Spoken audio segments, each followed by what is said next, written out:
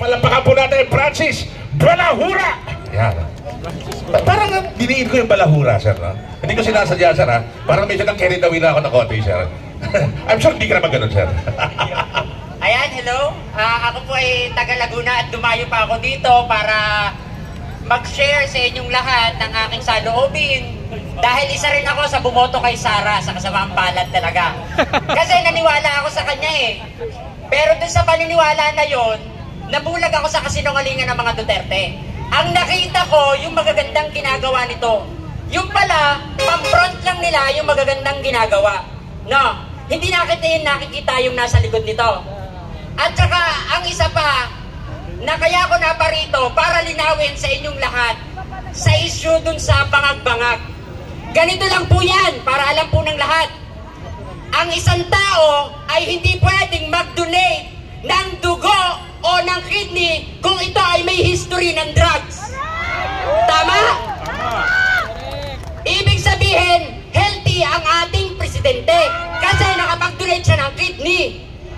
At dahil iisa na nga ang kidney nito, so hindi na siya pwedeng mag-take ng kahit na alak, sigarilyo at kahit na ano pang drugs. Kahit antibiotic is limited na lang. Kasi mahina na ang immune system nito. Maaring ikabawi ng buhay ng ating presidente kung magbibisyo pa siya ng drugs. Yun ang gusto kong linawin. At para sa mga DDS na makikitid ang kokote na pag nasusupalpal sa live, sasabihin bangag-bangag. Hindi ba mas bangag kayo? Bangag kayo, bakit? Wala kayong ipagmamalaki. Ano ipagmamalaki nyo, si Digong? Patatakbuhin nyo uli. Lumakad nga, hindi kaya, tumakbo pa. Oh. Patatakbuhin nyo ng vice-presidente, ay nung presidente nga ay kupal. Tapos patatakbuhin nyo pa ng vice-presidente uli. Magkukupal uli yan. So ayun ang aking ipinunta dito. Napakalayo pa ng aking pinanggalingan. Alam ko sa mga vlogger na mga DD shit, sasabihin bayad-bayad. Baka kayong bayaran ko. Mga kupal, palibasa kasi kayo. Umaasa sa bayad, kaya lang kayo napunta sa mga rally. Kasi bayad, imagine mo isang vlogger, walang pamasahe, nagpunta ng Davao. Walang pera yon. Pag-uwi, nagpapagawa ng bahay. Anong ginawa mo? Ha? Tapos sasabihin nyo ako, bayad?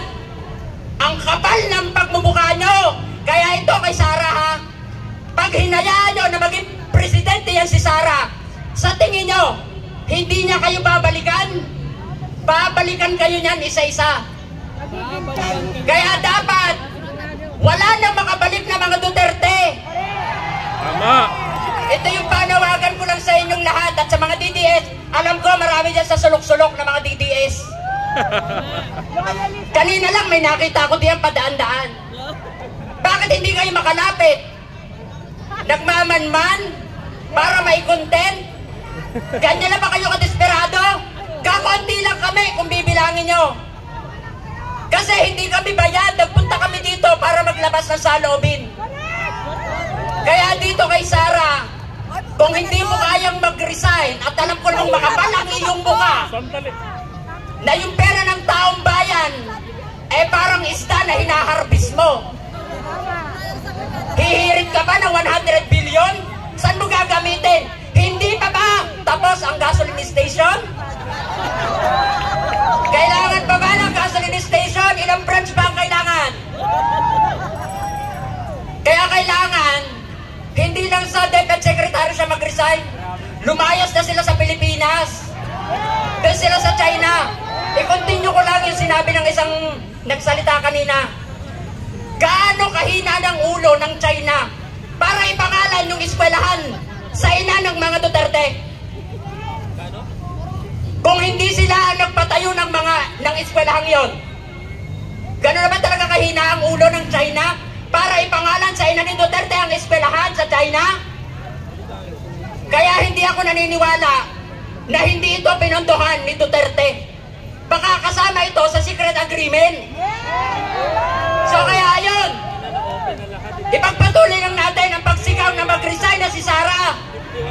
At wag nating hayaan na magkaroon pa ng posisyon ng mga Duterte dito. So, ayun lamang po. At maraming salamat. Maraming salamat, Sir Francis! Sir Francis, akala niya nakalimutan ko na yung sinabi niyo kanina. Babayaran niyo yung TT sheet, ha? Nagpapabayad din po ako. Joke lang. Practice lang, sir. Wow, si Sir galing pa ng Laguna, oh. Grabe, no? Ilocosur! Wow, talaga. Yung iba, kanina may Abra dito galing. Yung iba naman, buong Pilipinas. Oh, Cavite, Naga, Bicol, Mindanao. Bisaya, kinsa mga Bisaya din eh. Oh, kamo? Kinsa mga Bisaya naong din eh.